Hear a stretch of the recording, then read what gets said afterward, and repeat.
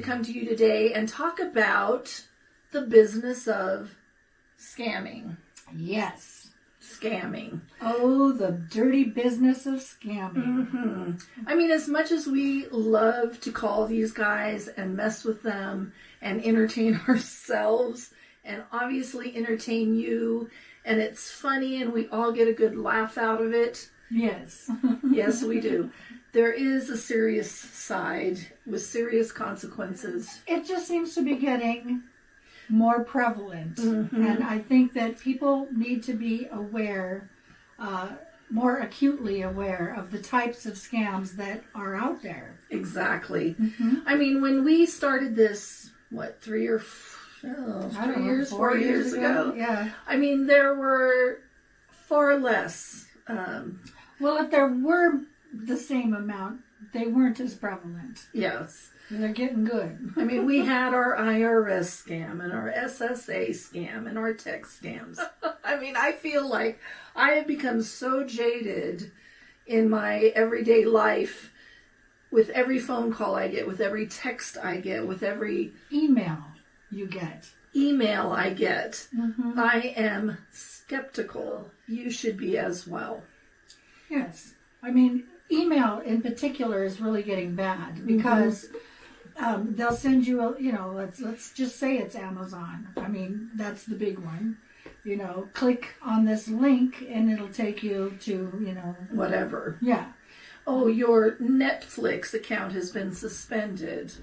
We don't want to lose you. Click here. Mm-mm. All of those things. If you feel like that you've gotten that email, just go to Netflix.com and type in your password yourself and find out. Exactly. Mm-hmm. If you question an email, if you question a text with a link, don't ever click on a link to access that account. Mm-hmm. You're gonna go to that website directly, typing it in yourself and putting in your password. And don't answer the text either. Don't let them know you're even there. Exactly. We get a good laugh out of it. Of course. Because we're wasting their time. Because we're wasting really their time. Absolutely stupid.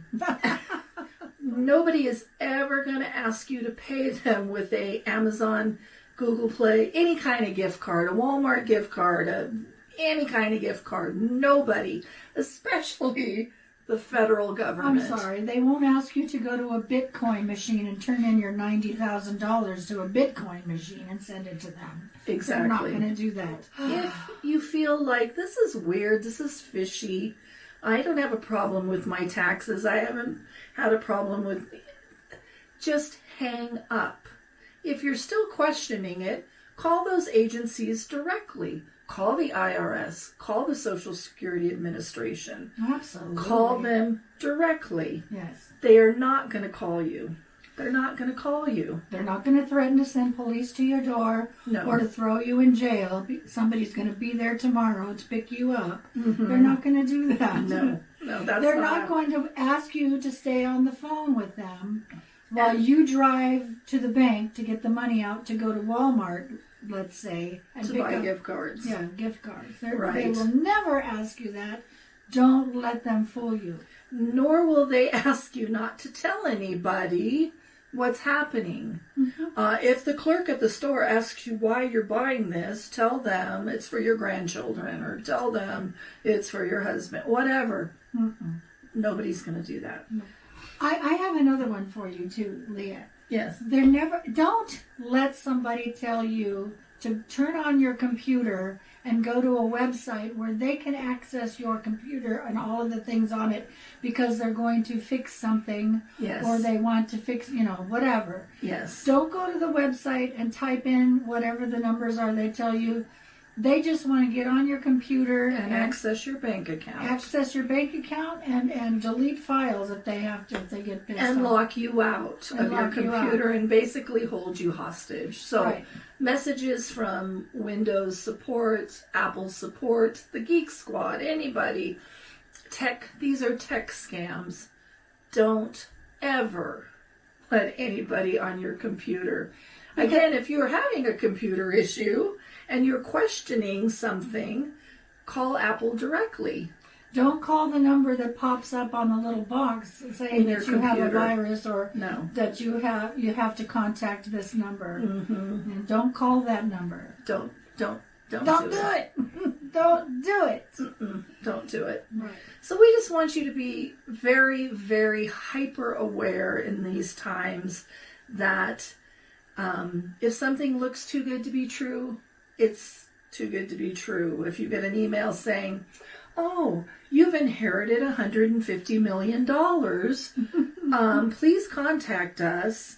And it's only going to cost you $300 to get the money. Oh, so cheap. Yeah, so you're not getting $150 million. But they're getting 300, if not more, from you. Right. Right. So, I mean, you're not going. Here's another big one that's coming up more readily these days on social media. I'm going to say it's more prevalent with older men. That you'll get a friend request from somebody. Some hot chickie poo. Thank you. I was trying to find some way to say it. And guys, I'm not saying you're not attractive or that people aren't going to be interested in you, but the chances of some woman just texting you or messaging you out of the blue saying, "Hey, remember me?" We met at that fun party up in Kalamazoo. Remember? But these romance scams are getting out of control. And what they do is they start appealing to your sense of ego, and maybe you're lonely or maybe whatever. And it starts out very benign, and then it gets, then they start, going down that path. And then all of a sudden, "Oh, my mother's in the hospital." Or such and such, "I need money. I really want to come see you, but I don't have money for a plane ticket. I can't wait to be with you." I mean, don't give money to strangers. You're not going to see anybody. I mean, if you even talk to them for 3 months, if they're buttering you up for that long before they ask, just know it's some dude in a Nigerian scam center. Right. Another one I saw today, Craigslist is notorious for this kind of stuff. Housing scams. Housing scams. Housing scams, too. Rent. You don't rent a house or an apartment and pay somebody without seeing them in person, seeing the apartment in person. Yeah. Never, ever, ever, ever. I personally know somebody that got scammed for that. Mm-hmm. And they paid directly to them. Yes. And, they took off with their money. There was no house. There was nothing. No, there's nothing. So we just want you all to be aware, as much fun as we have bringing this to you and making you laugh and entertaining ourselves, that this is a serious problem. I mean, they do try to target the elderly, but I work with a girl that was in her 20s that came to work and said that they just called her and told her that the IRS scam.